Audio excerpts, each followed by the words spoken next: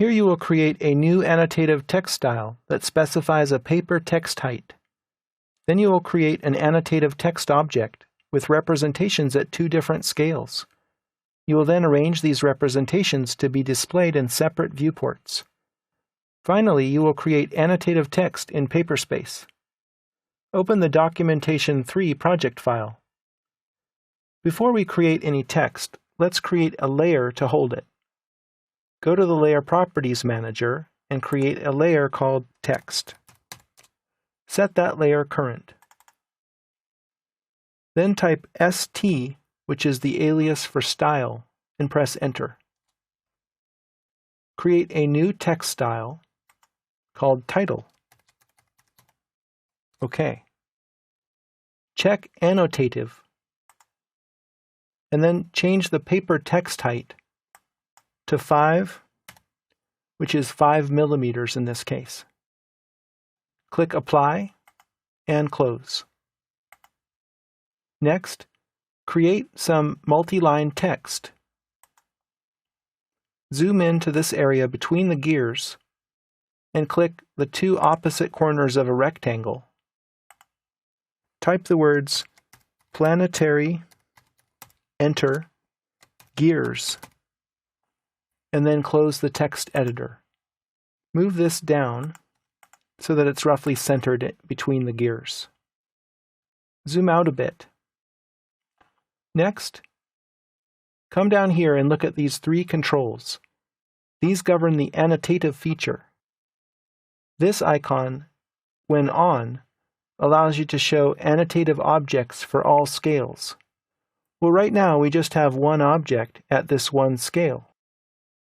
This allows you to automatically add scales to annotative objects when the annotation scale changes. Let's toggle that on. And then let's go ahead and change the annotation scale by using this pop-up. Change the annotation scale to 1 to 2. We automatically got a new representation at a different scale. This text is larger because if it's displayed at a scale of 1 to 2, it has to be twice as large to display at the same effective size as the original text, which was displayed at 1 to 1. Click on this object, and you'll see both scales appear. We have a smaller representation, which is designed to appear at a scale of 1 to 1, and a larger representation, which is designed to appear at a scale of 1 to 2.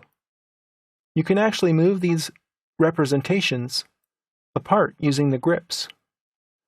Zoom out, click this grip, and move this up here in this blank area where there's more room. Press Escape to deselect. Notice that this representation disappeared. That's because I'm looking at this right now at a scale of 1 to 2. If I change this back to 1 to 1, you'll see the other representation, which is designed for this particular scale. So you see, annotative text allows you to represent the same information in as many scales as you need. Now let's go to Layout 1. In Layout 1, we see the text 2 different times because we're looking at 2 different viewports at 2 different scales. So this is the beauty of it. We get the text at 5 millimeters in height no matter what. Over here it says planetary gears, but it's not clear what it's referring to. So I'm going to zoom in there, and in Paperspace I'll draw a line from right here, and then I'll use ortho and draw it horizontally some short distance. And then I'll turn off ortho and click a point right here on this gear. Enter. Repeat the line command, and then snap to this end point, and click a point down here. I'll turn off snap and click a point on this gear somewhere so that we can see what these lines are pointing to a little more easily. I'll type DONUT for the donut command. I'll type an inside diameter of 0 and an outside diameter of 2. And then I'll use the endpoint snap to snap it to this line. And again, over here. Enter. So now the text refers to the planetary gears here, and this viewport can be activated by double-clicking. So this viewport is at a scale of 1 to 2. The viewport scale matches the annotation scale. Over here, we have a viewport at a scale of 1 to 1. We don't need any special leaders here because this is obvious that it's referring to these gears. I'll double-click outside. And over here, in the corner of the title block, we can add some more annotative text.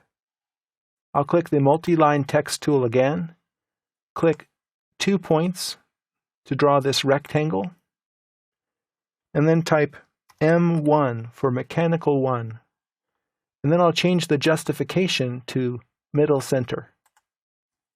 Close the text editor, and the text that I just drew here in the layout also measures 5 millimeters in height. So in this lesson, you learned how to create annotative text styles, objects, and representations at different scales. You also used grips to arrange the text representations differently in 2 separate viewports and on a layout.